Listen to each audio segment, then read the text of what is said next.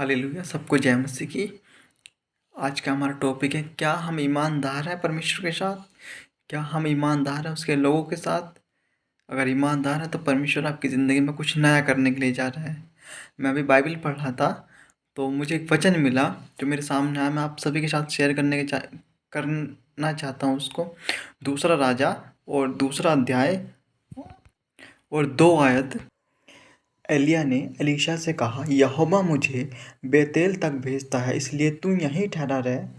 Elisha ने कहा, यहोवा के और तेरे जीवन की शपथ, मैं तुझे नहीं छोड़ने का।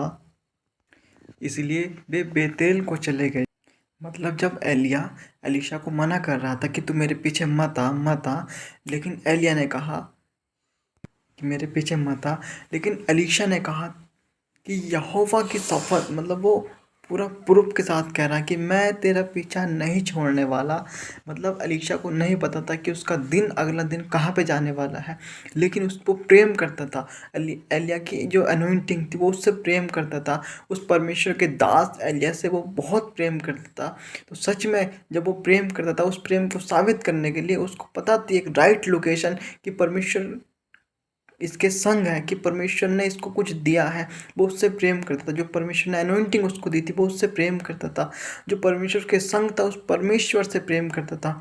सच में जब परमेश्वर से हम भी ऐसे ही प्रेम करेंगे, और सच में जब परमेश्वर के साथ हम भी ऐसे ही ईमानदार रहेंगे, उसके लोगों के साथ हम भी वफादार रहेंगे, उस परमेश्वर के साथ हम भी वफादार रहेंगे, तो चिंता ना करें, परमेश्वर कुछ नया करने वाला है आपकी और मेरी ज़िंदगी में। तो आगे आगे हम देखते हैं।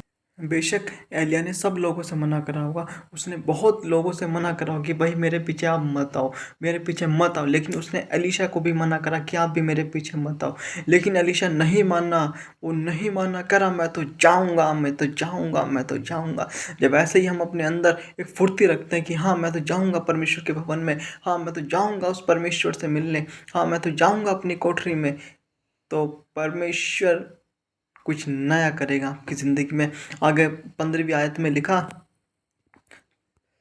उसे देखकर भविष्यवक्ताओं के चेले जो यरीहो के उसके सामने थे कहने लगे, एलिय्याह में जो आत्मा थी वही एलीशा पर ठहर गई।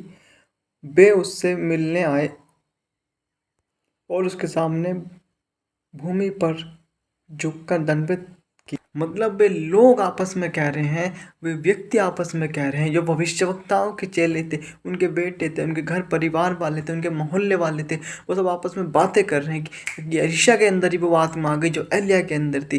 किसी के अंदर वो आत्मा आ गई, क्या वो कैसे उसके अंदर वो आत्मा आई? उसके अंदर वो आत्मा नहीं आती अगर वो उस एलिय्याह के पीछे पीछे नहीं जाता।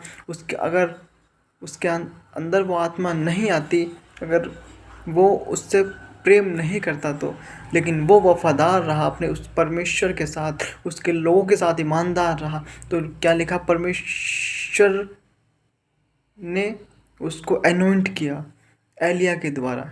एलिय्याह के अंदर जो अनॉइंटिंग थी, परमेश्वर ने वो सेम अनॉइंटिंग बल्कि डबल अनॉइंटिंग उसको दी। तो ऐसे ही जब हम करते हैं तो परमेश्वर हमें भी बढ़ाता है, और वो अनॉइंटिंग हमारे और आपके जीवन में भी कार्य करेगी, यीशु के नाम में, आमीन।